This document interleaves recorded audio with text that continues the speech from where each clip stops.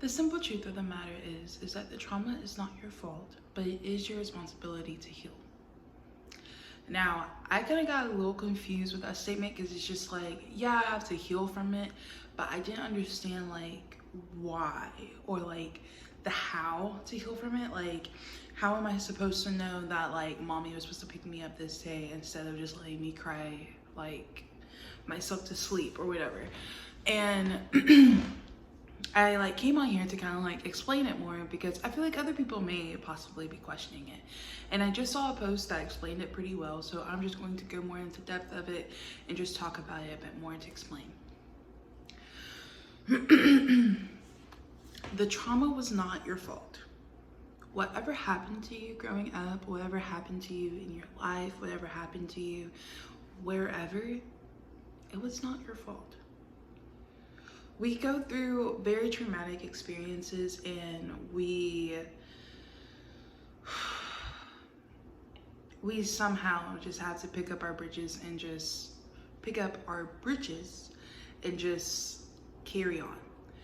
And unfortunately, no matter how much our brains can forget it, it doesn't really forget it, for one. And for two, our bodies definitely remember.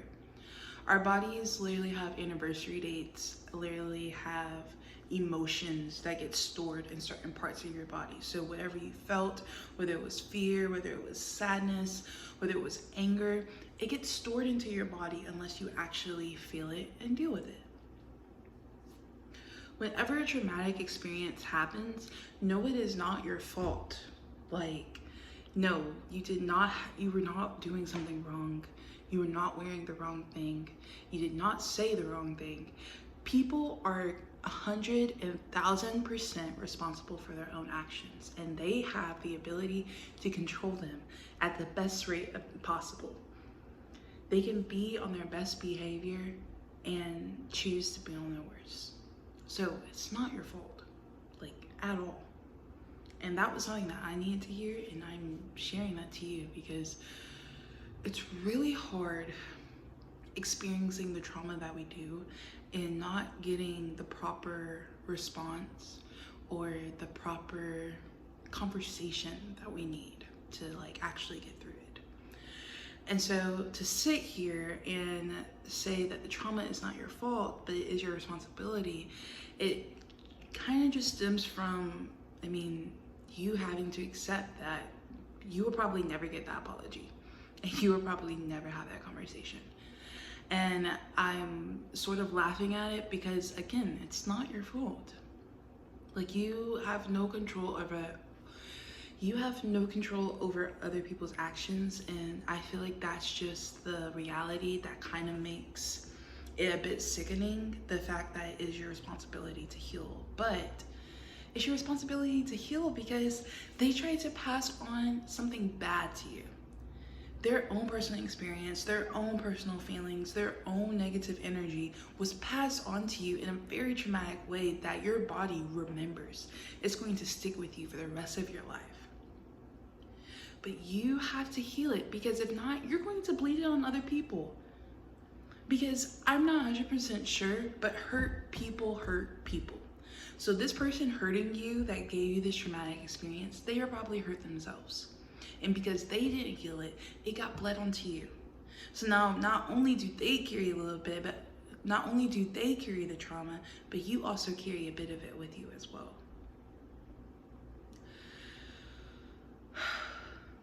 And how to heal from it? That's the question. That's the question that really stumps people. And it stumped me for almost like literally a year, because I would think that I've healed from it, or I would think that I've moved past that, or I'd let that trauma go, but it's still there. That reaction, that anger, that sadness, that feeling is still there.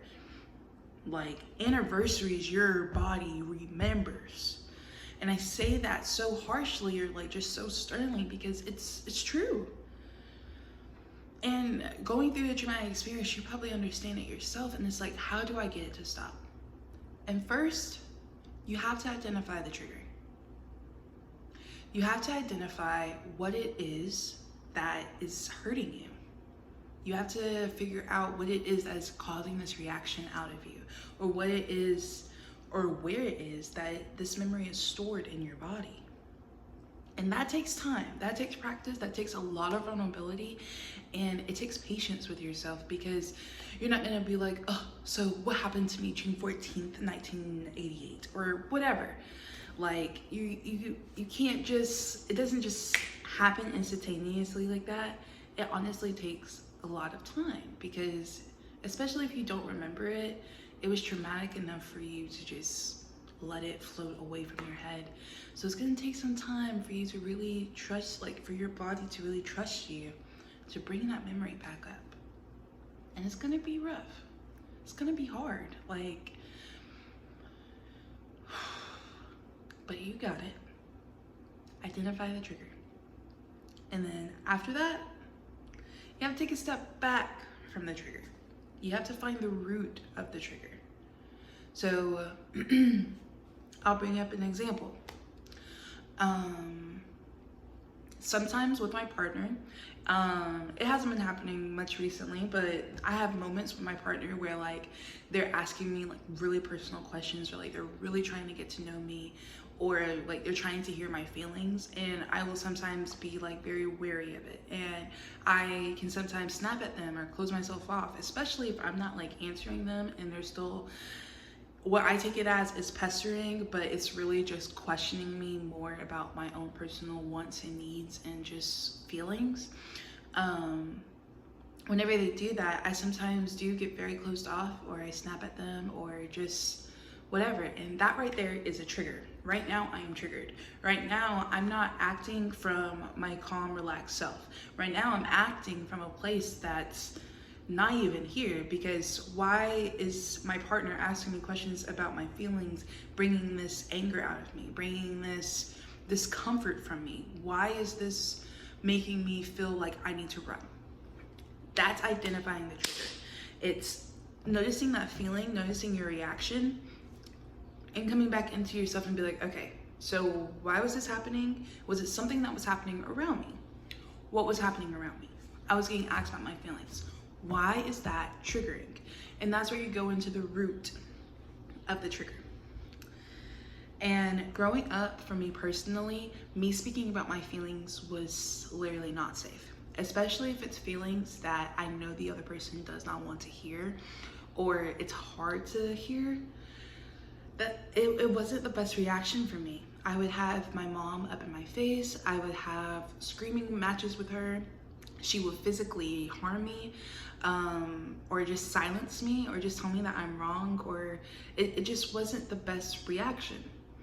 And so that response, having that happen multiple times over time, having someone I'm supposed to trust and let my guard down have this type of negative reaction to me, or have this very physical and like harmful reaction to me, it's triggering to me. So obviously whenever someone's sitting here asking me about my feelings, I'm like a bit weary about it, because I don't think you want to hear that I didn't want to be around you today, or I don't think you want to hear that whenever you did this, it made me feel like this. That's identifying the root. Going back to that time, or going back, it doesn't have to be the first memory. It can be the latest memory you can think, because it could have happened multiple times. There could be multiple situations that it stemmed from, but just be patient with yourself, take your time, and allow yourself to actually like get to the nit and gritty of why you are reacting like this. Where did this narrative come from? Because having those type of reactions built this narrative to myself and to my body that I need to protect myself. I can't speak about my feelings because my feelings hurt people, or my feelings are scary, or my feelings aren't valid, so I should just be quiet and keep everyone happy. That's false. That's wrong. Because your feelings do matter. Like, your feelings are valid and they are important to speak up on, no matter how small, no matter how big, because your comfort is important. Your comfort is allowed here.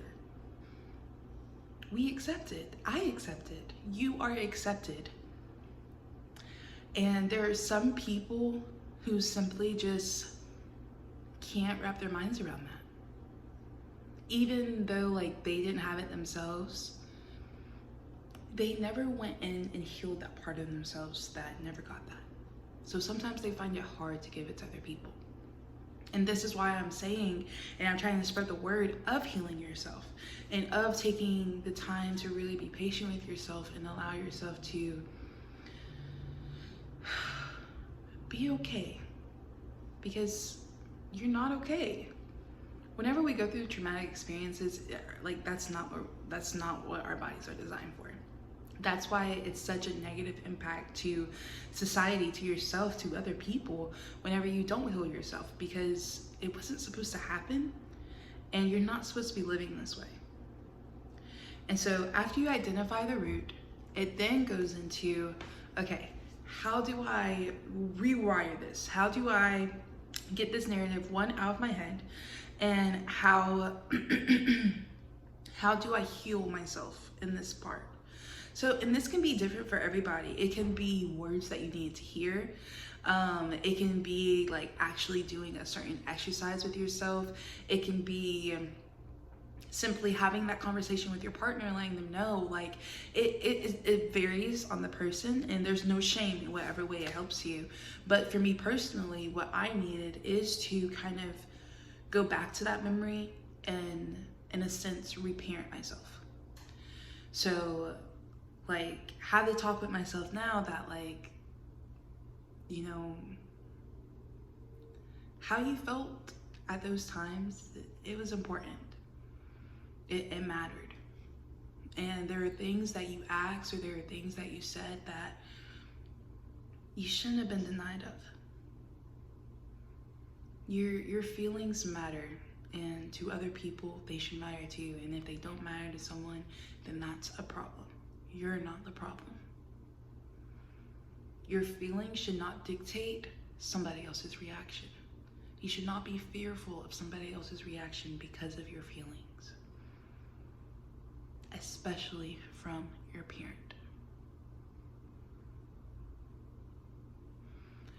And a lot of times it's really uncomfortable to do that for myself. Sometimes I very badly want to shut myself out and just be like, no. Like my parent reacted to me in this sense because it like my feelings just, why would I ask them to break up with their boyfriend because I feel uncomfortable? That wasn't fair. They deserve love too. But it was your home too. You deserve to be comfortable in the place that, I mean, you kind of had no choice but to stay. And it's hard and it's uncomfortable, but it's very healing. It's very therapeutic to be able to actually comfort yourself. And if you need an external person like to talk to bounce off of, definitely talk to someone very trusting, whether that's your therapist, it's your partner, it's your friend, whoever. Even if it is your parent, like maybe your parent didn't cause you trauma and maybe you got trauma from other people in your life. It's okay. It's okay. But you have to be able to work with yourself and work through yourself to actually take in that healing part. And so after you identify the root, after you identify the trigger, you identify the root and you access the root, like you actually like took the time to like be with the root. Then you set your intention and you reconcile. So in this example with my partner, how I snapped at them and I got really like closed off. Now that I know that the way that I reacted wasn't right, I'm now going to take a moment to myself, regulate my own emotions, and be like, okay, this happened to me this so many years ago. It is not today. And so instead of me acting from a place of fear with my emotions, I'm going to act from a place of confidence and strength. And I'm going to be vulnerable. That's the one. Be vulnerable. You have to be open. You have to keep your heart open, because the thing with trauma is it makes you close off so many parts of yourself. We have so many different chakras, but mostly your heart, because that's where a lot of pain goes. That's where fear lies. That's where, like, your heart is your most authentic self. And so if you were taught growing up that how you are is wrong, then your heart chakra is going to be closed. Your heart in general is just going to be closed off, and you will fear vulnerability. So that's where I say in the intention of being vulnerable. Because at the end of the day, I love my partner. And I know that my partner loves me. And I know that I am safe in their arms. So why am I so fearful of being intimate with them?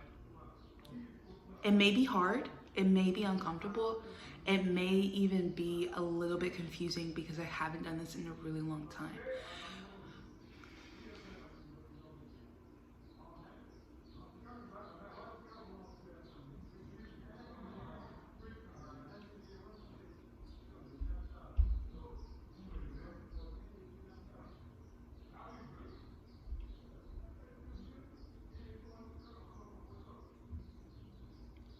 I'm sorry. But like I said, I love my partner. I know my partner loves me, and I feel extremely safe in their space. But I need to also make them have a safe space. I need to allow this space to be safe. So me snapping at them and me closing myself off probably really scared them. It probably made them lost and confused, and I need to be able to go back to that, because at the end of the day, my hurt bled onto them, and I need to make that right. And so I will go to them and I will give them that conversation, I will give them that explanation, and I will give them that reconciliation or I would just give them that, like, just that moment to feel safe with me again, because I didn't make them feel safe, and I up and I left. So now I'm going to sit here and I'm going to tell them, I may tell them my story, I may tell them what happened. I can explain to them, like, you know, I'm sorry for how I reacted. It's just, in this, with you asking me these questions, I was like really scared of how you would react to what I had to say. I haven't had the best reactions in the past, so I got really defensive and I just pushed you away, and that was wrong of me, and I'm sorry. I would really like to be able to answer those questions, because I see that you care about my feelings, and I see that you want to hear what I have to say, so can we try again? And it may be automatic, it may take some time, like, it's okay. It's okay. But those are the different ways to identify and heal from your triggers. Those are the ways to fix what wasn't your fault to be broken. Because like I said, the trauma isn't your fault, but it is your responsibility to heal. If you want to be able to have relationships with people, and you want to be able to show up authentically as yourself, to get back to the root of you and not all of these defensive, protective layers you built up, you gotta do it. And it's okay. You should do it. You should feel good with yourself, because at the end of the day, that trauma did change you, but it doesn't have to be you, because you're a completely different person outside of that. That trauma is not you. So remember, whenever you have moments where you are triggered, or you are just having an off day, or your body's remembering memories of a sort, just give yourself some space, give yourself some grace, and give yourself some time, because you deserve it. Like, rightfully so. So yeah, I hope that this was very helping and very healing. I'm going to be doing more videos like this, because I honestly just find it very therapeutic to just talk about this. And I feel like there's a whole community out there who aren't really sure about how to heal, or they may feel ashamed, or just like me, because they don't know much or understand it.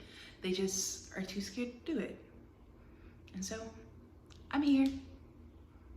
And yeah, comment down below anything you want to hear. I don't know when I'll be posting. It may be every now and then. I really don't know. I just really wanted to help somebody heal today. Okay. Bye. Loves.